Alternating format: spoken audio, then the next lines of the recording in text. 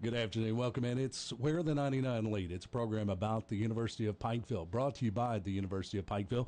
We share information and upcoming events regarding the University of Pikeville. And my guest today, the Vice President for Development, Eric Becher with the University of Pikeville. And Eric, welcome to Where the 99 Lead. Good to be here. Thanks for having me. Of course, we talk about the university and events surrounding the university.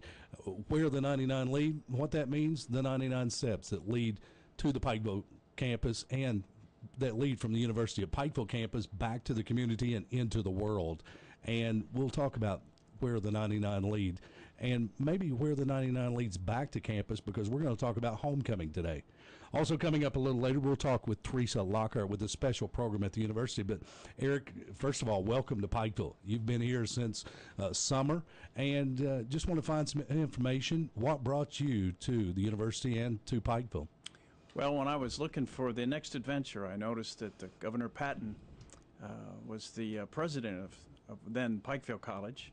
I had been teaching at University of Louisville back in the late 90s when he was governor, and I thought this would be a terrific place to live and work. And as I came in for the interviews and the second interview, it got better and better, and I'm thrilled to be here. Of course, Governor Patton and president of the University of Pikeville, Patton, known around the Commonwealth as the education governor, because so many educational programs that took place during his tenure as the governor of the Commonwealth.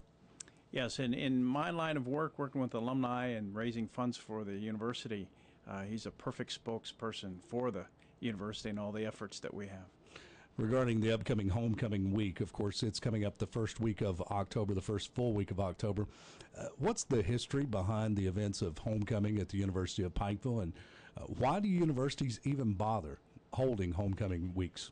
Well, different schools try to claim rights to the first homecoming. University of Illinois with the University of Chicago says that they used to have the first homecoming held back in 1910, I believe it was. University of Michigan had something back as early as 1897, and then back in the 1870s, Yale and Harvard would host some kind of game on campus, all designed to bring alumni back together, to rekindle those memories, bring it back to campus, see how the alma mater's doing. I've been around a lot of Pikeville College and now University of Pikeville homecomings, and I think I've seen everything that's gone on with those over the last 25, 30 years. This year's unique, and it's tied in with a Parents' Weekend. Talk about the Parents' Weekend and how that came to be. Well, the parents back in August dropped their, for example, for the freshmen, the new students to campus, they dropped those young men and women off on campus with a hope for, what's best and brightest in the future. And this is an opportunity to come back maybe 6, 7 weeks later and see how they're doing, see the campus, see how their sons and daughters have grown up and acclimated to college life. So we designed this homecoming week to include them in a number of our events throughout the week. And, of course, it is a week-long celebration. Let's talk about some of the highlights of the week, if you would. We're having a basketball event on Tuesday evening to kick off the season down at the gym. It's going to be a bonfire and some hot dogs for students and faculty and people from the community to gather around. Every year at homecoming, we have our Founders Day picnic, and that'll be at 11 o'clock on Thursday, just outside the library. And then Thursday evening, we'll have our Educators Hall of Fame dinner and awards. Special event. We had a chance to speak with the Dean of Students, Ron Dameron, about the Distinguished Educators Program and how many of those folks have truly touched lives in our community. Things really ramp up on Friday as I looked at the schedule of events for homecoming. And what's new this year on Friday? Well, this year, I'm not sure if we've done this in the past, this being my first homecoming, but we're combining the parades of the high school, Pikeville High School, and the university at 4 o'clock. We have our Alumni Awards dinner celebration at 5 at the Expo Center, followed by a pep rally in the city park with different coaches, and some of the team members are going to be there to speak, the dance team, the band. And then following that pep rally, we're going to have some fireworks shooting out over the city. It's a very cool event, and I'm not sure that of all the homecomings that I've seen with Pikeville College and now the University of Pikeville, I'm not sure I've ever seen a fireworks or the Friday night pep rally. One of my favorite activities is the lighting of the campus, and that's a little different this year with the construction going on with the Cole building. But if you could give us some information on the campus lighting. Well, it's a little bit of a challenge because of the construction, and we're excited about the Cole building, the new medical building going up there. But they're going to work at putting the little luminaries along the steps, the 99 steps going up to campus, and along the streets leading back to campus. So it should be a beautiful sight with the fireworks and then all the candles lighting the way back. A lot of excitement around the University of Pikeville campus. You're watching We're the 99 Lead. It's a program about the University of Pikeville as we share information and activities regarding the university. Eric Becher, our guest at the moment, and joined later by Teresa Lockhart, the director of the Champion Scholars Program. Talking about homecoming, that means alumni. And what are some of the activities that alumni and maybe parents are invited to participate in? Well, we've invited them to all the Friday afternoon and evening events, the parade, the pep rally, the lighting of the campus, the fireworks. And then Saturday, we've invited both to some lectures first thing in the morning. Governor Patton's giving a lecture on the Civil War's impact on the state of Kentucky, which should be very interesting. Very interesting. Followed by some of the different departments are hosting some symposiums, some lectures, some networking opportunities at 10 o'clock. And then we go over to the stadium at 11:30 for a great tailgate leading up to the football game that afternoon. I'm always around the stadium and around U-Pike football, and the tailgate parties, they've become really popular.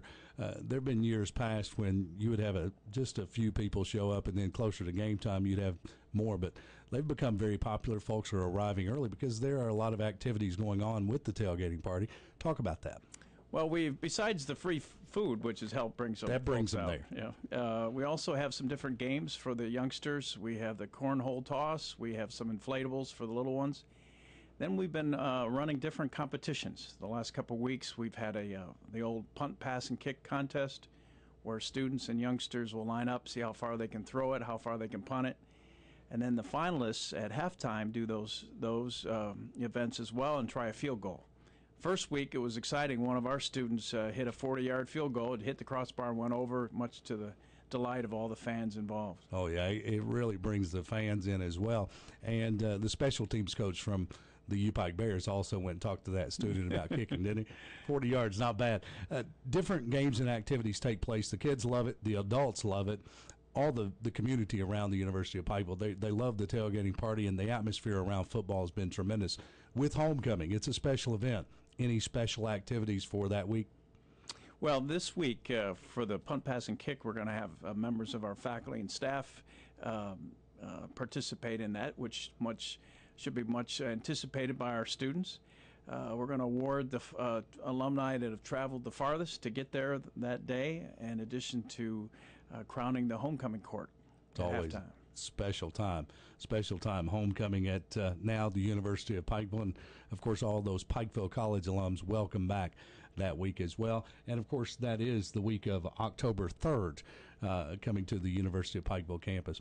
Also coming up this Thursday, the University of Pikeville, the 24th annual golf outing. Where's the outing? What are some of the details that folks might need to know if they want to participate? The outing is going to be held this year up at Stonecrest, which is a beautiful course if you've not been up there. It's up on top of the mountains, great fairways and some challenging holes.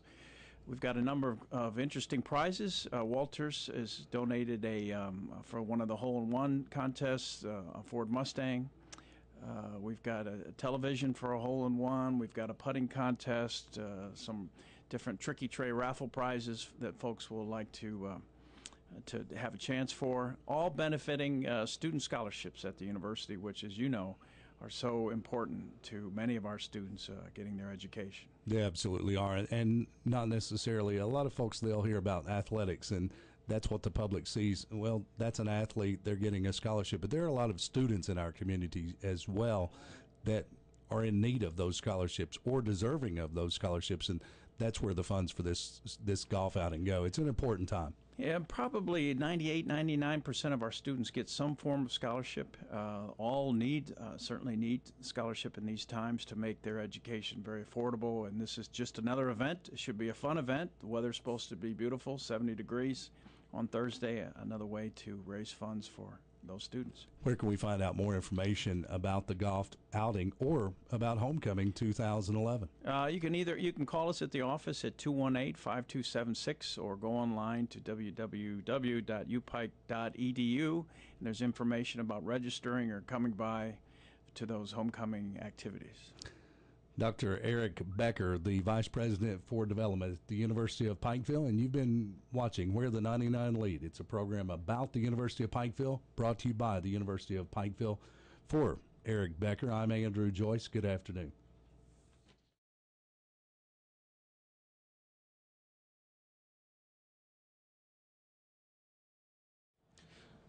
Welcome back to Where the 99 Lead. It's a program about the University of Pikeville, brought to you by the University of Pikeville. I'm Andrew Joyce, and rejoined by a special guest, Teresa Lockhart, the P16 director at the University of Pikeville. And Teresa, welcome to Where the 99 Lead. Thank you.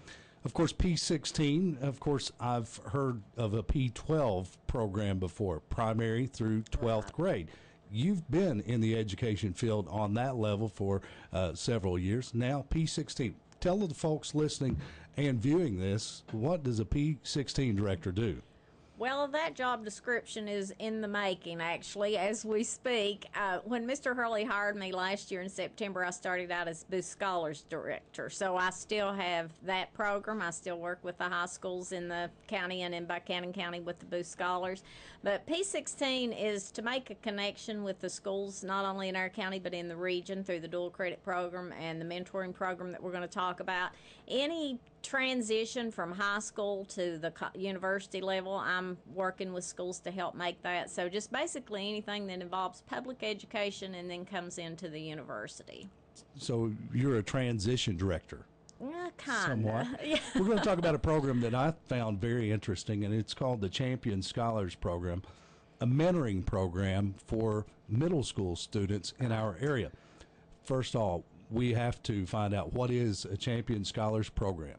The University of Pikeville Champion Scholars Program is funded through a grant from Forward in the Fifth. I received a call early in the spring from Jim Tackett, who's the executive director of Forward in the Fifth. I had known him through another initiative we were working with, and he told me about the program and wanted to know if we thought we would be interested. So we set up a meeting with Mr. Hurley and myself, and he brought Laura Camperman, who is his community education specialist at Forward in the Fifth. We met with him early in the summer, and this is a program they had done in a couple of colleges. They've done it in Lindsey Wilson and at Union College, and they wanted us to be involved this year. We have mentors from the University of Pikeville that we recruited and trained, and they will be going to some area middle schools to work with 7th grade students who need some help either academically or socially. It's kind of, one of the mentors said it best, I think, when they said it's kind of like a big brother, big sister program. Sure. We're very excited about it and hope it's something we can expand on, but that's how it got started. It had been done before, and we're carrying on with it and hope we can continue with the program. Mentoring to 7th grade students, it's a very difficult age for a middle school student of that age. It is difficult. We've been very selective about the mentors we're sending to those schools. These kids have great leadership skills. They have the personalities that we feel they can connect with those students, and they're academic achievers. You know, actually 3 of the students are in the OMSP program, so I think they can get down on their level because it's not been long since they were in that position. So we feel really good that they're going to be able to help these students. Much easier for the middle school student to relate to a college student who's not that far removed from middle school as well, as opposed to some of their teachers. Right. What's the purpose of the program? The purpose is to help students that may be struggling. They may be behind in a course, they may be having difficulties at home, and they just need someone to talk to. Like you said, they may relate better to someone closer to their age than they do to a teacher. These students from our university will actually be going into their classrooms and helping them with their classes. After they visit a couple of times, they'll be sitting down with the school counselor and maybe a teacher and developing a plan for each mentee for this school year, something that those students want to achieve. It may be something as simple as raising their math grade 1 letter, or it may be making the honor roll by the end of the year. But whatever those students and counselors feel like the students need to work on, that's what their plan will be developed for. You talked about some of the mentors from the university. How are they chosen? How are they selected? Are they volunteers? There's an application process. We had a lot of paperwork for them to fill out. I worked with the admissions office very closely with those counselors that had been in the schools recruiting our students. And through them and through just students we knew, we got applications and we selected those students based on their ability, we felt, to communicate and their leadership skills. They did that process. We are doing background checks on them. That's something that's required in the school system. So we're doing the background checks. They did a pre-inventory just to see we could match the student with the mentee, so their interest would be similar. We trained those students. Jim and Laura came from Somerset and did training with them on how to mentor, about confidentiality. That's really been stressed. We don't want these names leaked out, and this is what this student's struggling with. So we've done a lot of things with them already, and the kids are excited. And last week the mentees came to campus. The schools made it possible they bused the kids to us.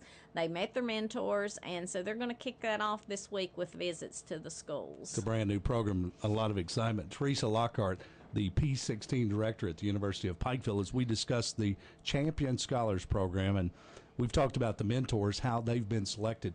What about the students, the mentees, the 7th grade students that are in the Pike County schools in our area? How are they selected? How are they chosen? And who makes that selection? What's the process? The mentees were chosen by the schools themselves, the counselors, the principals, the teachers, and I think they had a hard time narrowing it down to just the 4 students that each of them could select, because we have a lot of students that age that have various issues that affect their academic performance, so they work together within that building. We had nothing to do with that at the university level. That was their decision, and I think they have some backups, in case one student decides not to do it. They had to get parental permission to let the students be involved. Right. And so that was a school decision as to which students we would mentor. And I guess we need to qualify this. These are students that have tremendous potential. Right. Who have faced great potential. Whatever situation that they're behind academically in a certain subject. They have problems at home. And we all know that it's reality in our world. There are problems at home. There are divorce situations. There are various situations. Right. But these are the type of students who have shown tremendous potential, I would imagine, and just need a help at a crucial time in their lives that can be a kickstart to get them back on the right path. And we hope just by them seeing college students, by talking to them and spending time with them, and like I said, they were here last week, and at the end of April or the 1st of May, we're going to do a final event, a big celebration of the program, and we're going to bring all those students back to campus, do a tour with them, take them to the cafeteria and let them eat with the college students, and just to kind of give them a little indication of what that campus life is really like. We want them to visit the dorms. Right. And, if those kids can get a goal set for themselves in the 7th grade, I can do this, sure. I can go to college, and that's our goal, is to see that these students will just set future goals for themselves that they can attain. Not just a goal, but it changes our communities, the more of these students that are able to further their education. What does it mean, and do the students at the university, do they understand what it means to be a mentor? Because I can see this as a life-changing experience for these 7th graders. They do understand. A few of these students have actually been involved in programs before. We have one, I'll call her a little girl, but we have one student that is from Florida. She's a basketball player, and she had worked with a summer program before, mentoring younger students. Right. A couple of these students were my Boost Scholar mentors this summer, and they worked with teenagers. So several of them have been involved with programs in their schools. When they were in high school, they worked with younger students. They've worked. Some of them have been babysitters, so they have experience with kids, and right. And we feel real confident that they're going to do a good job. What are some of the details with their role as a mentor? Their role as a mentor is just to support those students academically. Mm-hmm. They've been given little Walmart cards with just a small amount of money sure. on those, but if they see those students are struggling academically, maybe with math, they can go to Walmart, purchase books, flashcards, manipulatives, anything that will help those students. So, they have that to help them with. That's part of their role. If the student is on a day they go, if they see the child's not able to concentrate on the coursework, they Right. can talk to them about what's going on, what is something bothering you today, and maybe be able to help them resolve that issue. So they're there to support those kids and just to help them achieve the goals that they set for themselves. This will be an annual program. We hope. It's not going to take a lot of funding. These mentors will receive a small stipend through the grant at the end of the program, but I've had superintendents in a couple of the surrounding counties already say they would love to get involved. sure. And even, some local schools that we didn't use because we wanted it to be accessible to these mentors. We wanted them to be able to get there during their class during the day while the students are at school. So, there's a lot of interest in this, and if it's successful this year, I think we'll be able to continue it without a lot of funding. What are the middle schools that are participating this year? Pikeville High School's middle schools participating. In the county, we have Belfry, Millard, Mullins, and Virgie. So we have 5 schools. So a little bit of a test program. What stage is the program in now? It's ready to implement. We've done the training. We've done the kickoff. We actually did a press conference a couple of weeks ago in conjunction with an administrators luncheon where we had superintendents, principals, counselors from the region, and then last week we did the mentor-mentee meeting. Right. So they met and they're ready to go into the schools. Brand new, just getting started. University of Pikeville champion scholars, and we told the kids they should be very proud to be part of this. The first group going through the program, and it's exciting for them too. They were excited when they came. Absolutely. I don't know if you've noticed the excitement in Teresa Lockhart's face, but she's excited about this program. It is the Champion Scholars Program through the University of Pikeville in coordination with area middle schools. And if someone would like more information about that program, how could they get it? They could contact me. My email's Teresa Lockhart at upike.edu, and my phone number's 218-5306. Let's change gears. Okay. All right. Teresa Lockhart, she is the director of the Champion Scholars Program, the P16 director at the University of Pikeville, and you have a lot of interaction with the school systems with that program. We also want to talk about something that's very interesting to me, and I think to a lot of parents out there of potential University of Pikeville students, the dual credit program, where a high school student can not only earn high school credit, but also gain college credit. And when they land on the University of Pikeville campus, they've got a head start. Let's talk about that program. We're so excited about this program. We just, it's growing by leaps and bounds. I took the program over the 1st of August. Last year, East Ridge High School piloted the program in the district, offered 20-some hours dual credit. East Ridge is again involved, and we have now 8 schools in 6 different districts that are involved. We enrolled 304 students beginning of August. Those students all came on campus, were given the UPike ID cards. They were given a web account so they can go in and check their grades on WebAdvisor just like our regular university students. So they're considered University of Pikeville students. Right. These students will get the dual credit. They'll get a high school grade. They'll get a university grade. They'll have a transcript from the University of Pikeville. And the big thing is this is free. It's tuition free. Wow. We charged a $25 registration fee per student, which is nothing considering the course. A 3-hour course is like $670-some this year. So, a free course. And those will transfer to any university or college that the student decides to go to. It's a big deal. It is a very big deal. We do have, like Pikeville High School still sends, I think they have 10 students coming to us to take Spanish, the intermediate Spanish, and it's $100 a credit hour if they come on campus, which $300 a course is still less than half of what it would cost them regularly. So we're very excited about this. Like I said, we're in 6 different districts, and I have plans to meet with 3 or 4 other superintendents in the near future that are interested in setting up the program in their district. The teachers have to have 18 hours in their content area to teach a course. So that kind of hinders some of the schools. They don't have they'll have a master's in education, but they won't have maybe 18 hours in the math or whatever they want to teach. Sure. And another big thing with this too, if a student graduates from high school with at least 5 dual credit hours from University of Pikeville, they're eligible for a $2,000 a year scholarship to the University of Pikeville. Wow. And that's if they have a 3.0 GPA in their dual credit courses. And then when they come to the university, they have to maintain a 2.5 GPA to keep that $2,000 a year scholarship. How many dual credits could a high school student accumulate in high school before they land on whichever college campus? Through the university, we can't offer more than 29. And if we do that, that gets into like you're an off-campus site, and we don't want to do that. We have a freshman right now at the university that's in the OMSP program that has 30-some hours. He came on campus and took several hours, and then some of them take courses through Big Sandy. You know, they'll take them through other places, and we have students that come with 30-some hours dual credit. Sounds like that student skipped their freshman year.